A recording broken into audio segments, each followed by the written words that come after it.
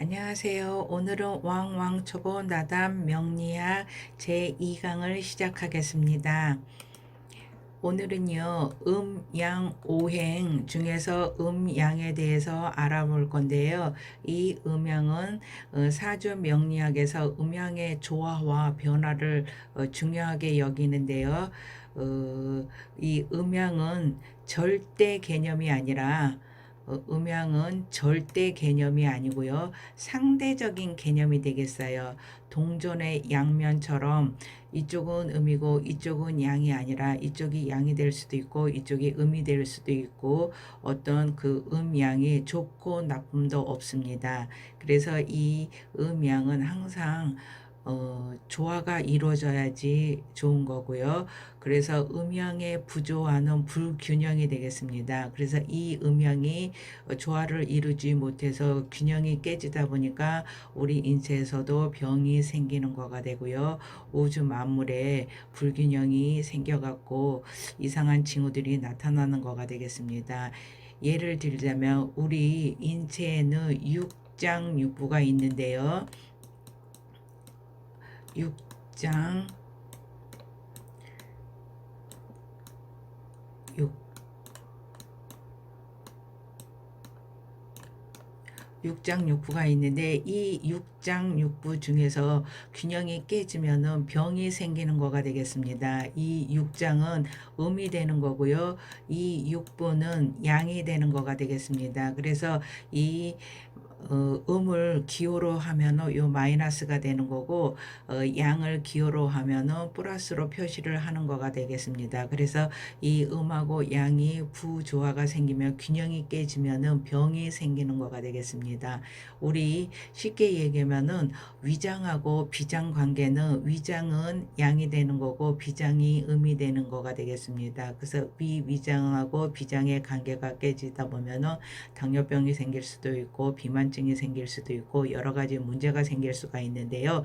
이게 육장육부의 균형을 맞추다 보면은 건강한 몸이 되겠습니다. 그리고 이 음양의 부조화가 생기다 보니까 요즘은 아이들이 태어나도 다 낮에만 태어나는 아이들이 있고 저녁에 태어나는 아이들은 별로 없습니다. 그러다 보니까 애들이 다 양의 성질을 가지고 태어나는 애들이 많아갖고 이 음양의 조화가 맞지가 않아서 좀 걱정이 되는 면도 있습니다. 그래서 음양은 서로 조화를 맞춰야 되는 것입니다. 그래서 균형이 굉장히 중요한 거가 되고요. 우리 양 하면은 음하고 양이 있는데 태양이 있으면은 달이 있지요.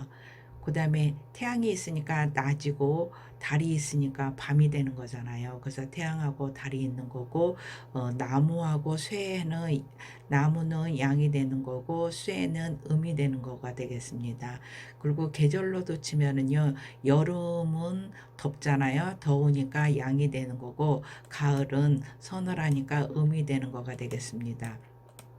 그 다음에 더운 거는 양이 되는 거죠. 더운 거는 양이 되고 추운 거는 음이 되겠습니다. 그 다음에 밝은 거는 양이 되는 거고 어두운 거는 음이 되는데 이렇게 빌딩이 있으면은 해가 이렇게 비치잖아요. 태양이 이렇게 비치면은 여기는 환하고 밝고 여기는 그림자가 생기는 거잖아요.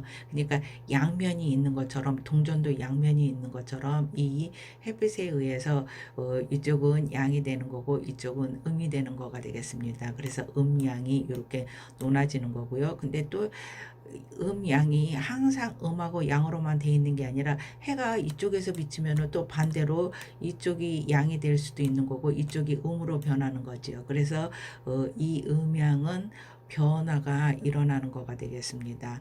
그 다음에 하늘이 양이면은 땅이 음이 되는 거고요. 여자는 음이 되는 거고 남자는 양이 되는 거가 되겠습니다. 그런데 이 남자 중에서도 양이 있을 수가 있는데요. 이 남자 중에서도 하나는 남성적인 완전히 남성적인 양만 가지고 있는 거가 있고 남자 중에서도 여성적인 남자가 있어요. 그러면은 남자 중에서도 양으로 놓을 수 있고 여자에서도 남성적인 여자가 있을 수 있고 아주 조신한 여성적인 여자가 있을 수 있습니다. 그러니까 이 음양은 딱 구별이 되는 게 아니라 상대성을 가지고 태어난 거가 되겠습니다. 상대성을 가지고 있는데요. 사람으로 치면은 이쪽이 좌측이 양이 되는 거고 우측이 음이 되는 거잖아요. 그러면은 사람 중에서도 이 반쪽은 양이 되는 거고 이쪽은 음이 되는 거가 되겠죠. 우측은. 그러면은 사람을 이렇게 놓아갖고 여기는 상이니까 여기는 양이 되는 거고 여기는 하니까 음이 되는 거잖아요. 그런데 요 또 하 중에서도 또 요만큼 놓으면은 여기가 양이 될 수도 있는 거고 여기가 음이 될 수도 있는 거가 되겠습니다. 그래서 음양은 항상 상대성이 있는 거고요. 그 다음에 서양하고 동양 중에서도 서양은 양이 되는 거고 동양은 음이 되는 거죠. 그 다음에 색깔로 치면은 적색이 빨간색 계통이 양이 되는 거가 되고 검정색 계통, 흑색 계통이 음이 되는 거가 되겠습니다. 그 다음에요. 진보 성향을 가진 사람이 양이 되는 거죠. 진보 성향은 양이 되는 거고 그 다음에 보수 성향은 음이 되는 거죠. 진보는 앞으로 나가려고 하니까 양이 되는 거고 이렇게 보수가 되는 거고 그 다음에 성격 중에서는 외향적인 성격이 양이 되는 거가 되겠죠. 그 다음에 내성적인 성격이 음이 되는 거가 되겠습니다. 그 다음에 모든 걸 적극적으로 하려고 그러는 사람 적극적인 게 양이 되는 거고 소극적인 거는 음이 되는 거가 되겠습니다. 그 다음에 모험적인 거는 양이라고 치면은 안정적을 추구하는 사람은 음이 되겠습니다. 그 다음에 충동적이면은 양이 되겠죠. 그 다음에 사고 생각하고 좀 많은 걸 고려하는 사람이 이 성격을 가진 사람이 음이 되겠죠. 그 다음에 능동적인 거가 양이 되는 거고 수동적인 거가 음이 되는 거가 되겠습니다. 그 다음에 뭐 힘차다 부드럽다 하면 힘찬 거 그 다음에 강한 거 그게 이제 양이 되는 거고 부드럽고 온화하고 그러는 게 음이 되는 거가 되겠습니다. 그 다음에 감각형 성격이 양이 되는 거고 직관적인 게 음이 되는 거가 되겠습니다. 그 다음에 체계적인 게 양이 되는 거고 자율적인 게 음이 되는 거가 되겠습니다. 그 다음에 오행 중에서 목화 토 금수가 있는데요. 오행 중에서 목, 화, 토,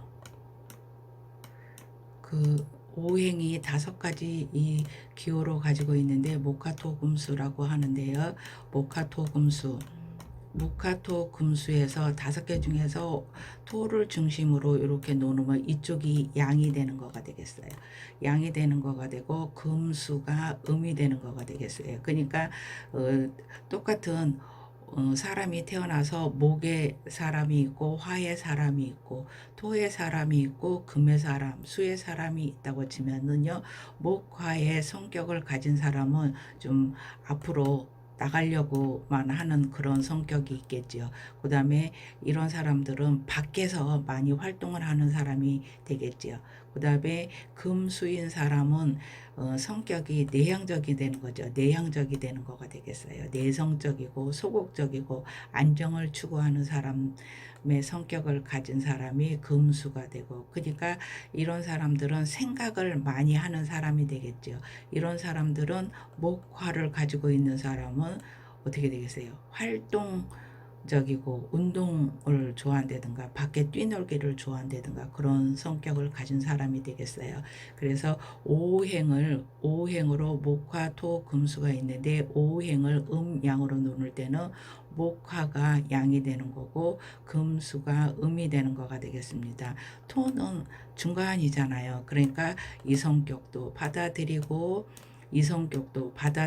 그러다 보니까 항상 중립적인 성격을 가지고 있는 사람이 되는데 그 중에서도 목에서도 음양이 있고 화에서도 음양이 있고 금에서도 음양이 있고 수에서도 음양이 있는 거가 되겠습니다.